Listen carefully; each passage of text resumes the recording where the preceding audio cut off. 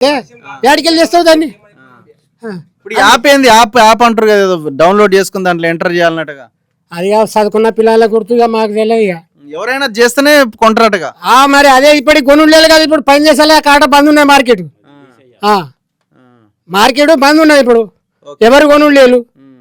మరి 12 కుంటలు కొంటలా, ఎంత కొంటలా, ఏమి కొంటలా తెలుసు లేదు. ఎంత చిన్న కష్టకర అయినా 10-12 కుంటలు వండి ఏడా ఈ కాలంలో 7 కుంటలు అంటే ఎకరానికి 7 క్వింటాలే కొంటారట. ఎకరానికి 7 కుంటలు కొంటే మిగిలినోనికి ఎట్లా ఇచ్చాలి, ఎట్లా జరుగుతుంది?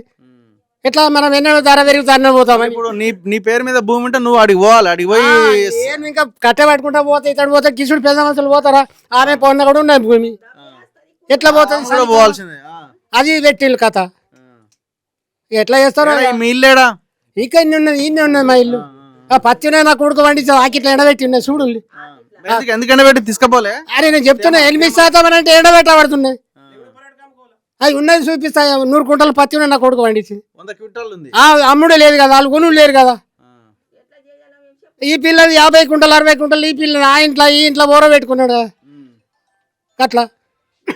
ఇప్పుడు 12% పైన తేమ ఉంటేనట ఖరాబ్ అవుతాడు కదా, వాడు సీసీ ఒకటి తీసుకున్నా. ఖరాబ్ కాదు సార్, పండించిన వాళ్ళు మేము మూసలు అయినాము, పత్తి ఖరాబ్ అయ్యేది లేదు. ఇప్పుడు చూపిస్తా సార్, పండ్లు ఖరాబ్ ఎట్లా చూపిస్తా కుప్ప నేను 100 కుంటలు.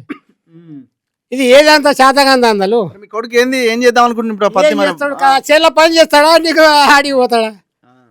మీటింగ్లు ఇప్పుడు ధర్నాకు వీళ్ళు రాష్ట్రం వాళ్ళు కేంద్రం అని అంటారు, కేంద్రం వాళ్ళు రాష్ట్రం ఎవరిది నాకు తెలియదు. ఇక అది తెలియదు. ఇక మీ అసంటోళ్ళు ఏ తోవ చేస్తా, కాస్త కన్నీ ఏం చేస్తా, ఇక మీకే ఇల్లుకి ఇంత ఘోరంగా కష్టం చేసి కట్టించుకున్న ఇల్లు పోయింది. ఇక అట్లా మా ఇల్లు ఈయనే ఉన్నాం సార్, మేము ఈయనే కలిసి ఉంటాం. మా ఈ కొట్టం కూడా కాలిపోతుండే, గాలి ఇటు ఉండే, గాలి అనుకున్న కథ మేము. ఇప్పుడు ఈ నిప్రా పోయి అవతల పడ్డదానికి మీరు ఎండబెట్టిరు, ఆరబెట్టిరు, అలా పడితే అది కూడా తగలబడుతుంది. పోతుండే గాలి ఇటు ఉండే, గాలి ఇటు ఉండే. పెద్ద మనిషి ఏం సార్, ఏంది పరిస్థితి? వీళ్ళకి ఏమైనా పరిహారం, ఏమైనా నష్టపరిహారం ఇచ్చిరా? ఇయ్యోటంతా కాస్త కరికి ఎన్నడూ లేదు. 7 నెలల వర్షకాలం పడ్డది, ఆనదేవుడు వర్షము అలిగింది.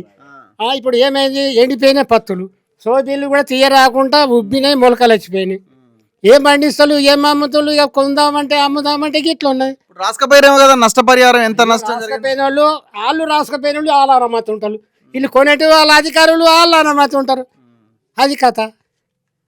ఎట్లా చేస్తారు, ఏ తోవ చేస్తారు? వీళ్ళు వచ్చిండ్లు ఏమైనా సేవ చేస్తారా రైతులకు? లేదా ఇప్పుడు ధర నడుస్తున్నది.